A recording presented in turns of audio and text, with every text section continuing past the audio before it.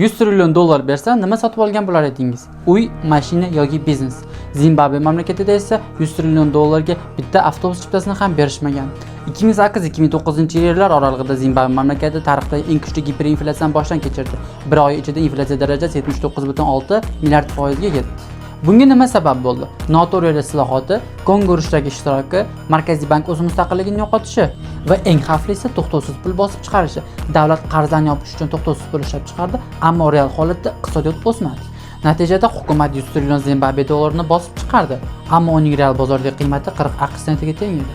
Siz milliarder bo'lasiz, ammo kambag'al bo'lib qolaverasiz. Hukumat 2006-2009 yillar oralig'ida milliy valyutadan 12 ta nolni olib tashladi. Muammo pulda emas, ishonchda edi. 2009 yilda mamlakat o'z milliy valyutasini voz kechib, AQSh dollari va Janubiy Afrika randini ishlata boshladi. 2024 yil mamlakat oltin bilan ta'minlangan yangi valyuta ZIKni e'lon qildi va nihoyat inflyatsiya darajasi 4,6% ga tushdi. Bu voqea bizga nimani o'rgatdi? Pulning qadri qog'ozda emas, ishonchda. Agar Markaziy bank o'z mustaqilligini yo'qotsa, milliardlar ham foyda bermaydi.